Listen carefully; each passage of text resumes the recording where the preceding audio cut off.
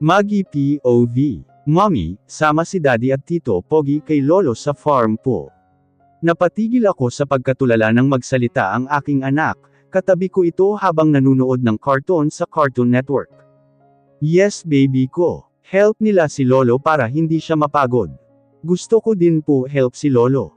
Gusto ko din kumuha ng flowers. Napakunot ang aking noo sa sinabi nito. Flowers. Wala namang tanim na flowers dun si Lolo. Puro vegetables ang tinatanim ni Lolo mo dun. At saka bata ka pa anak, maliit ka pa hindi mo pa kaya tulungan si Lolo, sagot ko at inayos ang bangs ng bulilit na nakatabing na sa mga mata. Kapag big girl na ako mommy, tutulungan ko na po si Lolo, nakapamewang pa ito habang nagsasalita. Natawa na lang ako, pero mommy bakit po kinis ni Tito Pogi si Tita Candy? Muling tanong nito sa akin. Marahas na napalingon ako sa aking anak, nang magsalita ito ng ganon. Tama ba ang pagkakarinig ko? Hinalikan ni Leandro si Candy, at nakita pa ito ng bata. Anong sinabi mo Mickey? Nagganon po sila mommy ngumuso ito at nagpatunog ng pakis. Baby, sa susunod tatakpan mo ang eyes mo, para wala kang nakikitang mga ganon humanda sa akin yang kapatid kong maharot. Why po, mommy? Di ba po nagkiss naman kayo ni Daddy? Tumaas pa ang isang kilay nito. Nabigla ako sa tanong nito. Tama nga naman, kung kami nga nagkiss na ng Daddy nito, at nakita pa nito pero ayos lang. Pero magkaiba kasi kami ni Candy. Itong anak ko naman na masyadong madaldal at matanong, kung minsan ang hirap din sagutin. Huwag mo na lang pansinin baby ko. Sige na watch ka na ng TV. Look ang cute ng Powerpuff Girls. Sabay nguso ko sa TV, para ibaling nito ang atensyon sa pinapanood nito. Nakita kong bumaba ng hagdan si Candy, habang hawak nito ang cellphone. Umupo ito sa aming tapat. Napansin ko pang panay dot nito ng screen, at nakangiti na para bang kilig na kilig. Kaya pa simple ko itong binato ng throw pillow. Sapol sa mukha. Kaya napaangat ang paningin nito sa akin, at masama ang tingin. Ate. Inis ang boses nito. Pinaningkitan ko ito ng mga mata. Umayos ka, mahina ang boses ko pero may pagbabanta. Bakit naman? Ano ginawa ko? Inis at pagtataka ang mababasa sa mukha nito. Magsasalita pa sana ako nang sumulpot si Mama. Hali na kayo at kakain na tayo. At hahaturan ko pa ng tanghalian ang mga nagbubukid. Sabay kaming napatayo ni Candy. Pero ito ay sumunod kay Mama at nagsalita. Sama ako ma. Napahinto sa paglakad si Mama, at kunot noong tinignan nito si Candy. Ika'y magpermi dito. Kung ayaw mo magalit ng tuluyan ang papa mo sa'yo, pinandilatan ito ni Mama, at tumalikod na para dumiretso ng kusina. Wala na akong narinig na sagot kay Candy. Binalingan ko na ang aking anak. Baby ko, Terry let's eat na, sumunod naman ito, at mabilis na bumaba ng upuan. Pinatay ko naman ang TV. Sabay kaming nagtungo sa kusina. Naririnig ko pang nagmamaktol si Candy. Manahimik ka dyan at baka makurot lamang kita sa singit, mukhang nayayamot na si Mama. Hindi na sumagot si Candy, pero busanggot ang mukha. Pinaupo ko si Mickey katabi ni Mama, at ako naman ang nasa kaliwa niya. Nagsimula na rin kaming kumain. Parang tulad dati bumalik sa tuwing uuwi ako, ay masayang kumakain kaming pamilya, lalo na pagkasama si Papa. Pero ngayon wala siya, dahil kasama niya si Martin at Leandro. Kaya siguro sumabay na si Mama kumain sa amin. Dahil alam niyang may kasabay na kumain sa bukid si Papa. Matapos namin kumain ay nagpaalam na rin si Mama, para maghatid ng pagkain. Kanya-kanya kaming prepare ng baon. Si Mama ay kay Papa. Ako naman ay para kay Martin, dinamihan ko talaga ng kanin, dahil alam kong malakas kumain ang isang iyon. Ito naman si Candy ay inagaw ang baonan nung si Mama sana ang maghahanda ng baon para kay Leandro. Gusto niya ay siya rin. Akala ko tatalakan pa ito ni Mama, pero hindi na. Siguro dahil masama ang loob ni Candy, dahil hindi pinayagang sumama sa bukid, kaya hinayaan na lamang ito. Si Candy na rin ang naghugas ng aming pinagkainan. Kaya ang ginawa ko ay nagwalis dahil may nakikita akong mga ilang dumi, at mga nakakalat na mga hibla ng buhok. Nagagalit pa naman lagi si Papa, kapag may nakikitang mga buhok-buhok na nakakalat sa sahig. Lalo na dahil puting tiles ang aming sahig ay kitang-kita. Habang ang bulilit ko naman ay tumutok na naman sa TV. Nang matapos ay napagpasyahan kong kunin ang aking cellphone, dahil gusto ko kamustahin si Martin. Nag-dial ako pero out of coverage area lang. Kaya asar akong napatitig sa hawak kong cellphone. Anong nangyari? Lobat ba yun? Hindi naman pwedeng walang signal dahil meron naman, at lalo na din naman masama ang panahon, dahil ang aliwalas ng kalangitan. Naiinis man ay binalingan ko na lamang ang aking anak. Papatulugan ko na ito ngayong hapon. Sleep na baby, 2 PM na, pukaw ko dito. Pero ito ay seryoso sa pinapanood na cartoons. No mommy, nude pa ako, napanguso pa ito. Anong sabi ko sa'yo? Kailangan natutulog sa hapon. Para, pambibitin ko kay Mickey. Lumaki. Malawak ang pagkakangisi nito, sabay pulupat ng maliliit nitong mga braso sa aking bewang. Hinalikan ko ito sa kanyang ulo dahil nakakagigil. Mabuti na lamang ay nagpaunlak na ito sa akin, kaya nagpakarga na ito. Pinatay ko ang TV at umakyat na ng hagdan papunta sa aking silid. Ilang sandali pa ay paantok na ang aking anak, kaya inayos ko na ang aking kama. Ilang beses muna akong nagkamot sa kanyang likod, nang tuluyan na itong nakatulog. Muli ay inulit kong tawagan si Martin. Pero ganun pa rin. Gusto ko pa naman itanong kung ayos lang ba siya sa bukid. Alam kong hindi ito sanay sa mga ganung bagay. Dahil nakaupo lamang ito sa kanyang opisina sa harap ng kanyang table bilang CEO. Shucks! Ang mga sugat niya. Ngayon ko lang na-realize na hindi pa pala ito masyado magaling sa tama ng bala. Kaya bigla akong kinabahan at nag-alala ng labis. Minsan ay nagpupunta kaming bukid, at alam ko kung paano kahirap ang pag-aararo at pagbubuhat ng ilang mga farmers. Paano kung napuwersa si Martin sa pagtatrabaho, lalo na galit pa si Papa. At baka nilubos nito ang pagkagalit kay Martin. Aking kakausapin si Papa pag-uwi talaga ng mga ito mamaya. Tumabi ako sa pagkahiga sa aking anak. Pero hindi naman ako dalawin ng antok, dahil ang isip ko ay na kay Martin na nasa bukid ngayon. Para tuloy akong sinisilihang uod, dahil sa pabaling-baling ng aking katawan, dahil sa pag-aalala sa lalaking iyon. Pagpatak ng alas 5 ng hapon, ay bumaba ako para magluto ng hapunan namin. Tulog pa rin si Mickey. Nakita ko si Mama sa kusina, at may nakahandang mga gulay sa lamesa, nakarating na pala. Hindi ko man lang napansin ang presensya nito, dahil puro ako kakaisip. O mabuti naman at gising ka na. Tulungan mo akong maghiwa ng gulay, si Mama na napaangat ang mukha. Kaya mabilis naman akong tumalima. Gusto ko man magtanong kay Mama, kung anong balita sa pagbubukid ng tatlo, ay para namang wala lang kay Mama. Kaya mamaya na lang pagdating nito. Ang balak kong ako na magluluto ay hindi na natuloy, dahil si Mama na lamang ang nagluto. Napansin ko pang wala si Candy, dahil tahimik ata ang buong kabahayan. Tanging itong si Candy at si Mickey lamang ang nagpapaingay ng buong bahay. Habang nagluluto si Mama, ay narinig ko pa ang pagtawag sa akin ng aking anak. Kaya pinuntahan ko na lamang si Mickey. Maya-maya pa bumaba na rin kami. Nasa sala kami ni Mickey, at manunood ng TV nang marinig ko ang malakas na hakbang pababa sa hagdan. Si Candy. Patakbo itong lumabas ng bahay, pero bigla pa ako nagtaka nang may narinig na akong kalansing ng lumang gate namin. Maya-maya pa ay nakita ko si Papa pumasok, si Mama naman nagmamadaling lumapit kay Papa na galing kusina pa. Lolo, masayang bati ng aking anak. Lumapit si Papa at hinawakan ito sa ulo. Ang apo kong maganda. Mamaya na ang halik mabaho pa si Lolo, malambing itong nakayuko sa aking anak. Okay po Lolo, mabilis na tumango ito. Napabaling naman ako sa pinto. Si Marty na hindi maitsurahan ang mukha. Mukha itong marungis at pagod na pagod. Kaya nagmamadaling lumapit ako dito. Martin, may pag-aalalang tawag ko dito. Sweetheart, mabilis na dumukwang ito sa aking mukha, para humalik. Anong nangyari sa iyo? Mukhang napagod ka ng gusto sa bukid. Umiling ito. Ayos lang ako sweetheart. Huwag ka mag-alala. Mamaya pa sana ako pupunta dito dahil mabaho at madungis ako, pero di kita matiis. Parang batang ngumuso ulit ito sa akin, gustong humalik na naman, kaya mabilis akong lumayo kunti.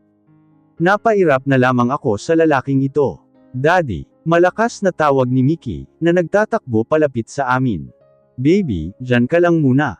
Huwag ka muna lalapit kay daddy, mabaho at madungis pa ako, si Martin na medyo humakbang paatras, para hindi makalapit sa kanya ang kanyang anak. Ay, dismayado naman ang aking bulilit. Babalik ako baby, dito ka muna okay. Akmang lalabas ito ng pintuan nang magsalita ako. Wait, sasama ako, sabi ko rito at binalingan ng aming anak. Baby ko dito ka muna kay Lola. Samahan ko lang si daddy. Okay ba yun?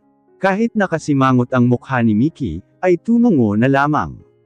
Kaya kinarga ko muna ito at pinuntahan si mama. Nagpaalam akong sasaglitin ko si Martin. Alam kong gusto magtanong ni mama, pero di na lamang niya ginawa, bagkus ay binalingan na lamang niya ang kanyang apo. Wala si Papa tiyak naliligo na iyon. Nang makalabas ay nakita ko pang hinihintay ako ni Martin malapit sa gate. Kaya malalaking hakbang ang aking ginawa. Hinawakan ko ang lelayan ng kanyang t-shirt.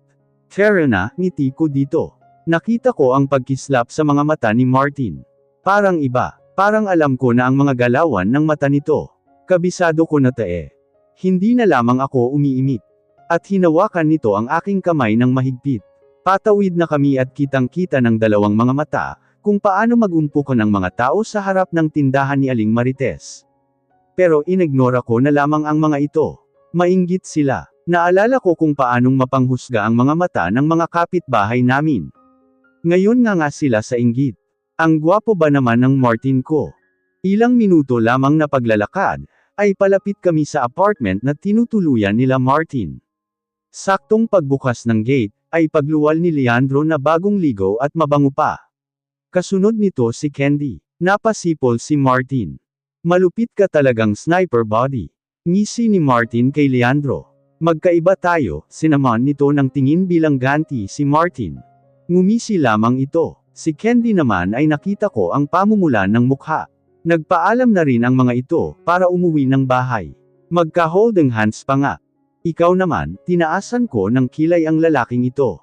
Why? Patay mali siya pa ito, at hawak kamay pa rin nang pumasok kami sa gate. 6 na popahan ang naririto. At nasa pinakadulo naman ang kanila.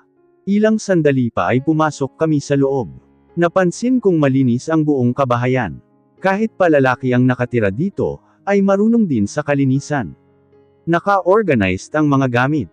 Kahit pa hindi naman maraming laman ng gamit ang buong kabahayan ay maayos naman. Sige na maligo ka na, sabi ko rito. Tumingin lamang ito sa akin. Kakaiba na naman ang paraan ng titig nito sa akin.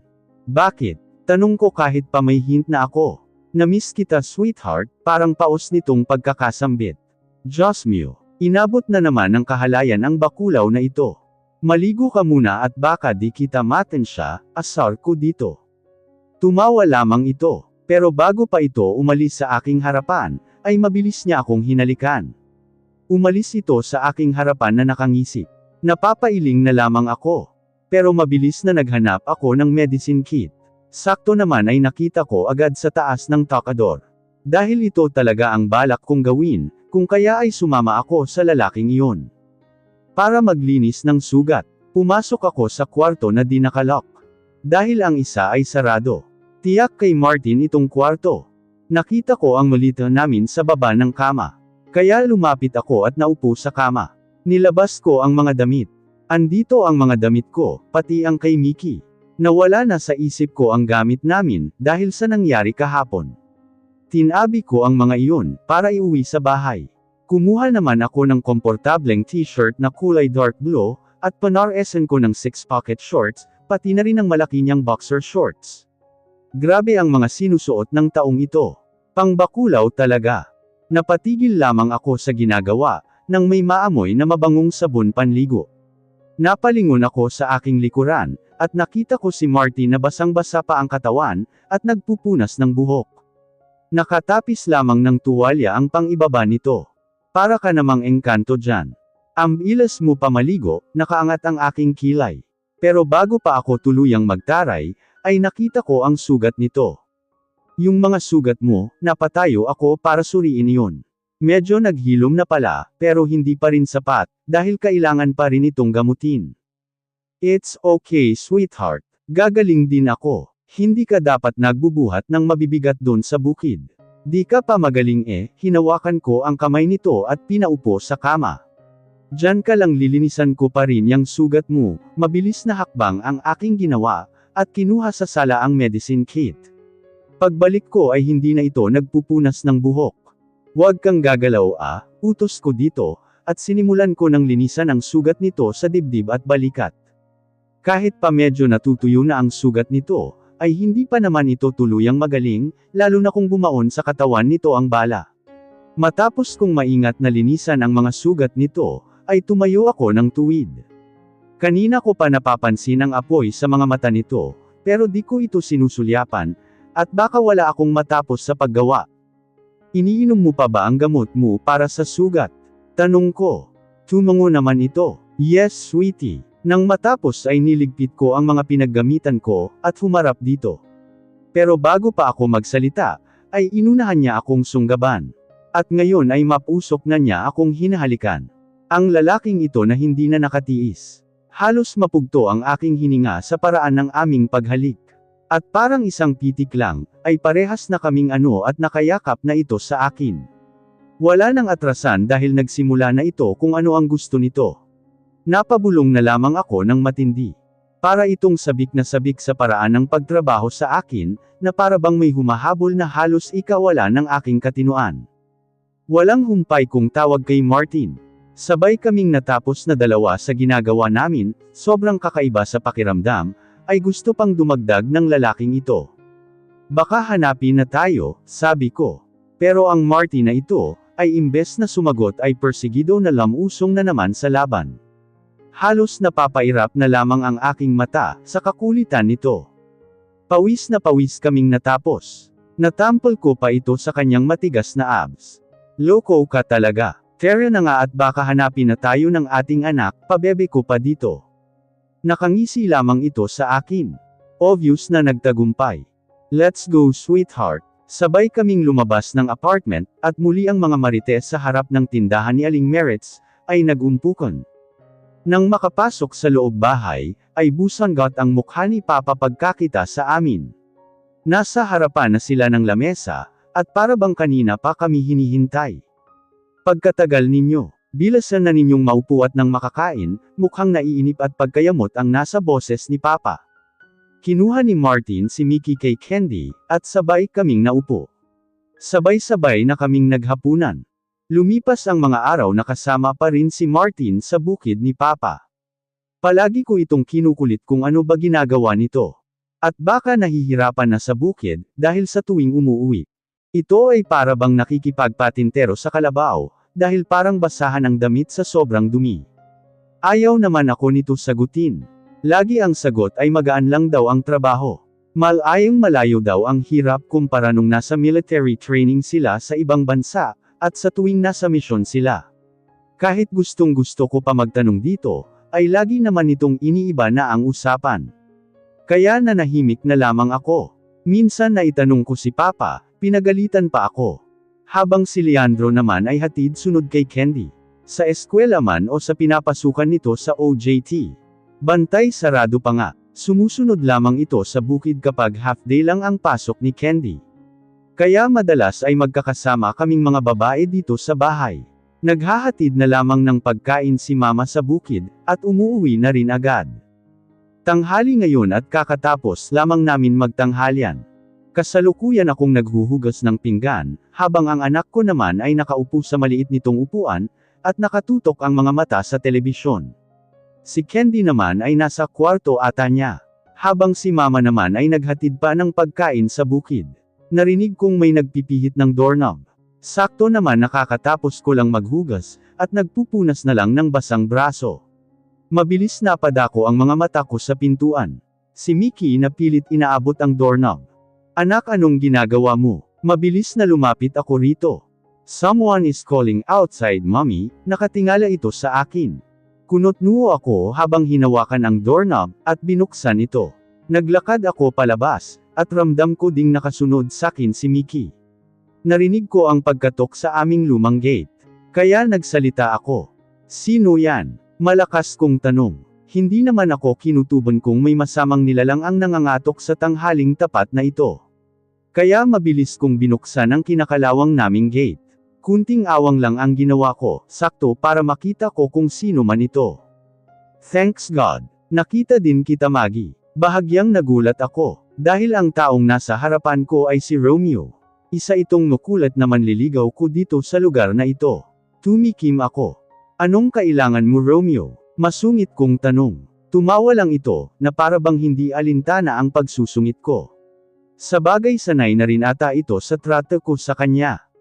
Wala ka pa din pinagbago, may Maggie. Napakalawak ng pagkakangiti nito, na kulang na lang ay mapunit pati ang pisngi.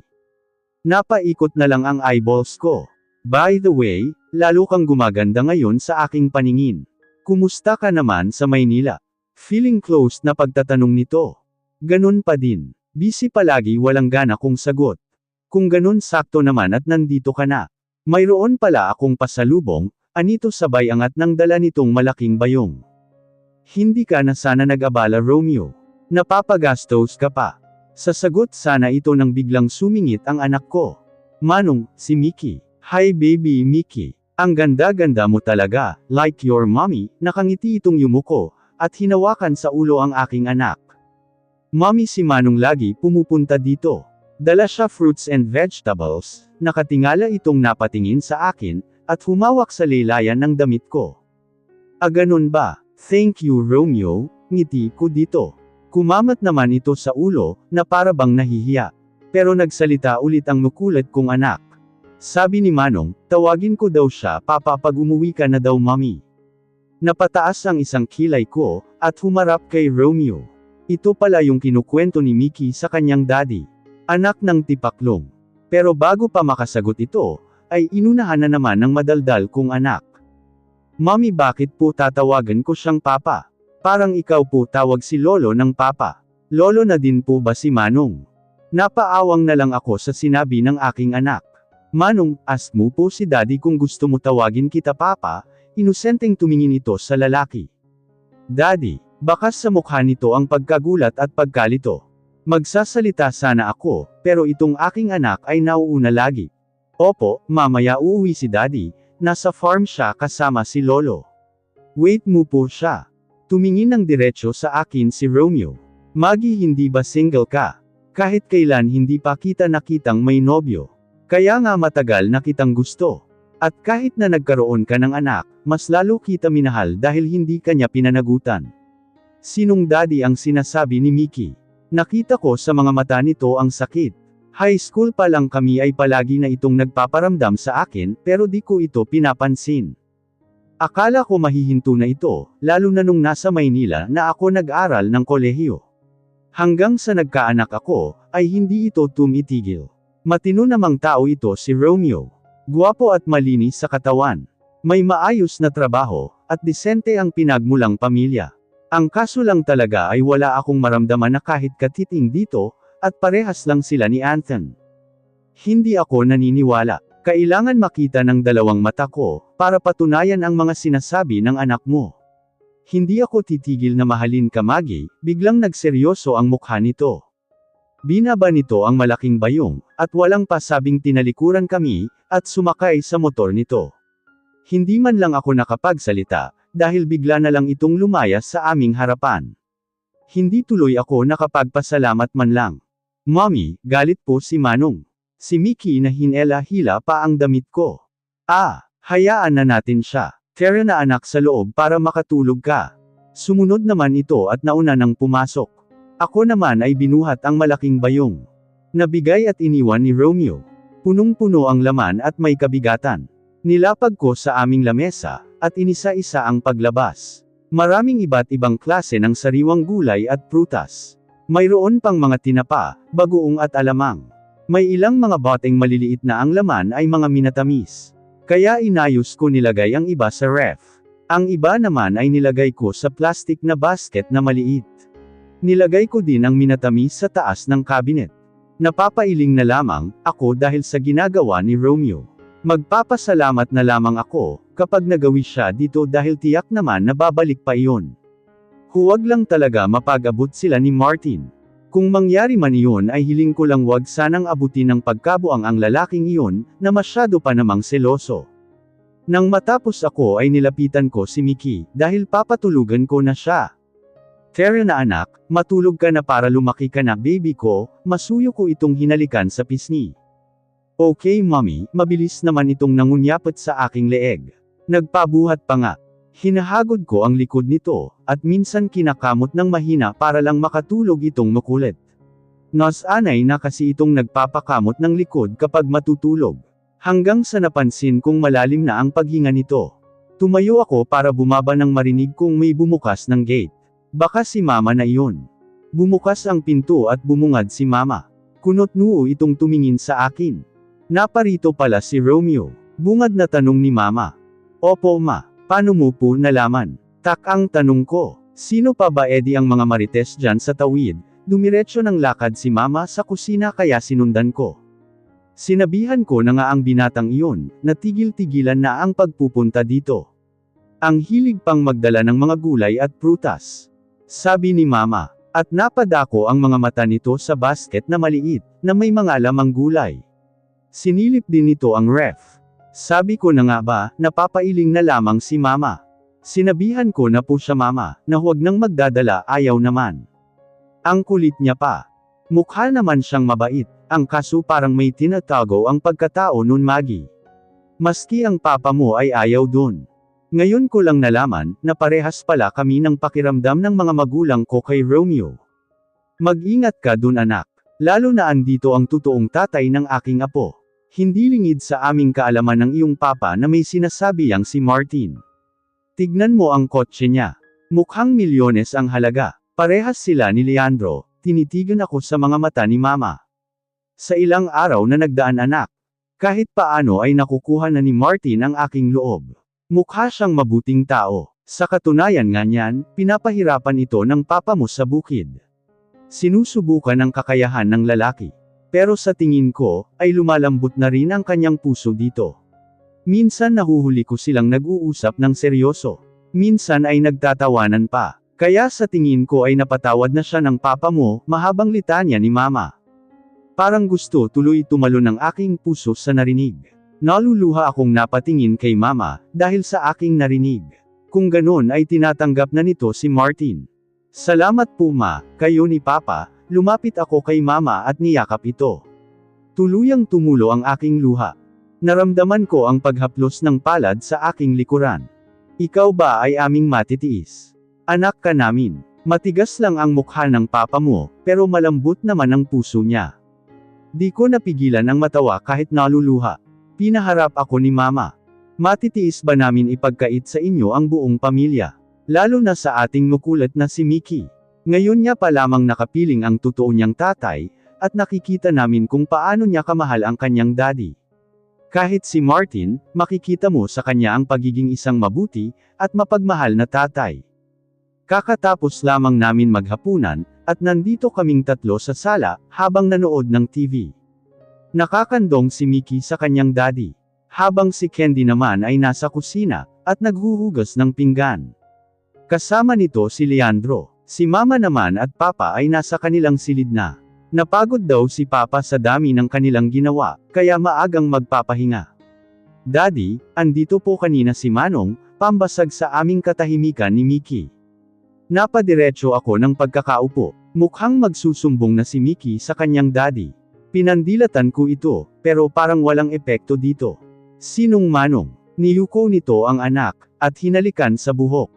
Tamang himas naman sa aking bewang si Martin, habang nakayapos ang kaliwang braso nito sa akin. Manong po, nagbigay po siya ng vegetables and fruits. Tapos galit siya daddy umalis. Di ba mommy? Inosenteng mukha ni Mickey, na tumangala sa kanyang daddy. Biglang pinisil ni Martin ang aking bewang. Base sa pagpisil nito ay para bang banta.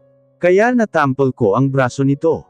Nagalit. Kanino siya nagalit? Kunot-noo ito. Pero hindi ito tumitingin sa akin, kundi sa aming anak lamang. Tama na yan baby, singit ko. Masamang tingin ang binigay sa akin ni Martin. Tell me baby, muling balik nito kay Mickey. Di ba kwento ko po sa'yo daddy, tawagin ko daw papa si Manong pag umuwi na si mommy. Pero sabi ko po ask ko muna kay daddy. Tapos usap sila ni mommy. Nagalit siya daddy. Iniwan niya po yung bayong kwento ng aming anak. Bigla akong nilamag at pinagpawisan. Dahil naramdaman ko bigla ang aking katabi na dumilim ang aura ng mukha. Nakita ko ang pag-igting ng panga nito. Ang kamay nitong nasa bewang ko, ay napatigil sa pagpisil sa akin. Marahas na napalingon si Martin sa akin. Kinabahan ako bigla. Can you tell me what's happening? Mababa ang boses nito, ngunit mapanganib. Para bang nagtitimpi lamang. Hindi pa man nakabuka ang aking bibig nang magsalita muli si Martin. Tiningnan nito ang aming anak. We should sleep early na baby, tumayo habang buhat si Mickey. Nauna pang maglakad ito patungo sa hagdan, kaya wala na akong nagawa ay pinatay ko na lamang ang TV. Sinundan ko sila sa aming kwarto. Nakita ko pang nilapag ng maayos si Mickey sa kama. Mag-toothbrush muna tayo baby, para magsuot ka ng pijama. Ako na, si Martin na nilagpasan ako. Mukhang masama pa rin ang timpla ng mukha nito. Hinayaan ko na lamang ito. At hinanda ang isusuot ng aming anak. Ilang sandali lang ay binihisan ko na si Mickey, at maayos na pinahiga. Tumabi ako dito humiga para kamutin ang likod nito, hanggang sa makatulog. Ramdam ko ang pagtabi ni Martin sa akin. Alam kong medyo maliit lang ang kama ko, sakto lang sa amin ni Mickey. Kaya ngayon tuloy ay para kaming sineksik sa sardinas. Hindi tuloy ako makakilos ng maayos. At baka pabagsak at gamulong naman itong si Martin, kapag gumalaw ako ng kunti dahil nasa dulo. Martin, baba ka muna. Baka mahulog ka, alanganin kong puna dito. Ilang sandali muna itong tahimik, at nagbuntong hininga. Sino ba yung tarantadong iyon Maggie? Hindi nito pinansin ang sinabi ko. Bagkus galit pa na nagtanong ito. Si Romeo, matagal mo na bang manliligaw? Paninigurado nito. Ha, ano medyo, umahan muli ang aking kaba. Mahina nitong pagmumura. Napakislat tuloy ako. Inayos ko ng pagkakakumot si Mickey, at baka biglang magising dahil kay Martin. Tabi-tabi pa naman kami dito sa kama. Dahan-dahan ka naman. Natutulog ang anak mo, malumanay kong pakiusap, baka sakaling kumalma. How he has a courage to say that word to my daughter, that she can call him Papa. I want to hurt that guy. Walang habas na pananalita nito. Bagamat mahina man, ay nanunuot sa mga buto ko ang galit na nararamdaman nito. Calm down Martin, napatihaya ako at humarap ako sa kanya. Hinawakan ko ang pisngi nito, at pinaharap sa akin. Hayaan mo na yun. Mag-asawa din yun kakasalita ng ganon. Hindi ko naman siya pinapansin. No, I want to face that man, mariing sambit nito. Tama na yan, umuwi ka na para makapagpahinga ka na. Salubong ang mga kilay nitong nakatingin sa akin. Pinapauwi mo na ako. Syempre uuwi ka na. Bawal ka dito at baka magalit si Papa. Bakit magagalit? May anak na tayo. Nakurot ko tuloy ito sa matigas nitong braso. Sige na umuwi ka na. Bukas naman ay Sunday, kaya dito ka maghapon. Dito lang ako. At baka magpunta na naman ang lalaking iyon masalisihan pa ako, parang nasisiraan itong sinasabi. Ano ba Martin? Masyado ka talagang seloso. Parang lagi kang aagawan. Andito lang naman ako, hindi kita tatakasan, pagtatalak ko. Sweetheart, sinisigurado ko lang na walang aagaw ang dapat ay sa akin. Ikaw ay akin lamang. Kayo ng ating anak. Mahal kita. Sobrang mahal na mahal ko kayong dalawa. Kayo ang buhay ko. Kaya ayokong may aaligid at baka samain lamang sila sa akin. Seloso akong tao at inaamin ko yun. Ayokong titingin ka sa iba, at baka magkagusto ka sa kanila. Paano naman ako sweetheart? Paano naman kami ng anak natin pag iniwan mo kami? Napanganga na lamang ako sa mahaba nitong sinabi.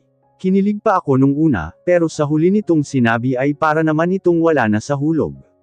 Sa inis ko ay piningot ko ang isang tenga nito. Ewan ko sa'yo. Okay na sana Sasabihin mo pang magkakagusto ako sa iba at iiwan ko kayo. Aaray sweetheart ko. Kainis ka kasi Sa tingin mo kung iiwan ko kayo, di sana matagal na akong nag-asawa. At baka hindi na tayo nagtagpo. Iba na sana ang kikilalaning daddy ni Mickey. At baka si Anthony yun. Nakita ko ang pagdilim ng mukha nito. Kulang na lang ay manapak sa uri ng galit na makikita sa mukha nito. I will punch Anthony. Galit na turan nito. Oy sandali, wag ka magalit. Joke lang yun, ikaw naman, nagseselos nga pala ito sa pinsan nito. Nakalimot ako. Si Anthen pala masamang loob na wika nito. Mabilis na tinakpan ko ang bibig nito. At baka biglang magising ang aming anak.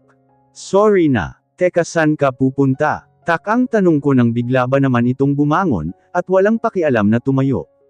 Kaya mabilis din akong bumangon. Matampuhin pa naman itong bakulaw na ito. Hindi ako nito pinansin, at diretsyong lumabas ng kwarto. Malalaking hakbang na bumaba ng hagdan. Mabuti na lamang ay wala nang gising sa pamilya ko. Kaya ang ginawa ko, ay sumunod na lamang dito. Pero ang bakulaw ay walang pakialam sa pagtawag ko sa kanya, dahil ang bilis ng bawat hakbang nito, at nakatawid na agad sa kabila, para umuwi sa apartment. Naasar man ako sa inaakto nito, ay wala na akong nagawa kundi sundan ito. Mabuti na lamang at nalock ko ang kwarto, kung saan natutulog si Mickey. Kaya mabilis akong sumunod. 9:00 pa lang naman ng gabi. Pero dahil probinsya ay tahimik na sa kapaligiran. Saktong pagkarating ko, ay akmang isasarado na nito ang pinto nang iharang ko ang aking braso. Sandali Martin, umuwi ka na dun at matulog. Tutal kay Anthen pala ang gusto mo. Pagtatiboy nito sa akin.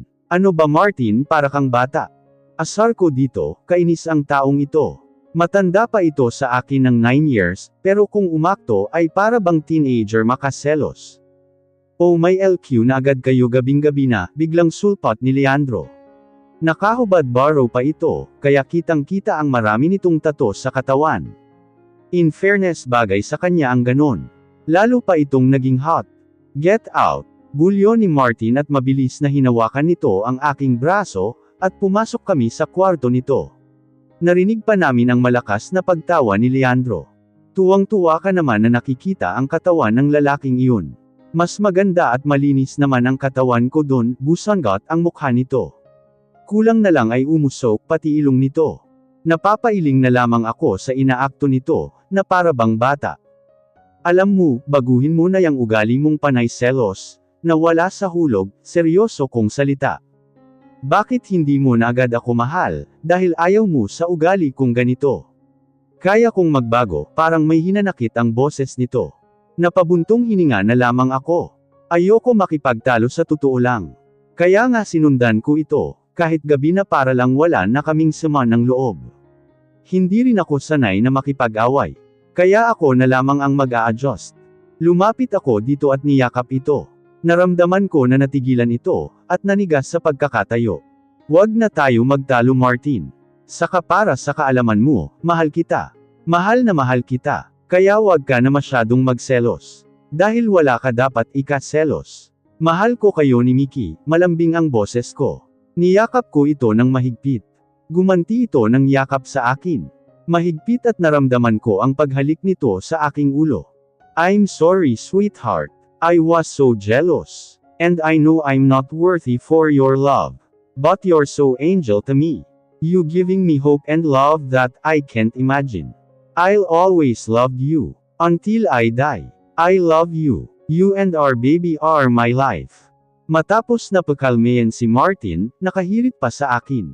Nakatatlo tuloy kami ngayong gabi. Pigil ang mga boses ko para lang wag marinig sa kabilang kwarto, kung saan ang kanyang kaibigan.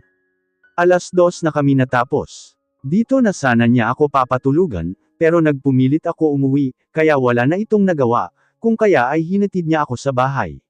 Si Martin na rin nagsarado ng pinto at gate.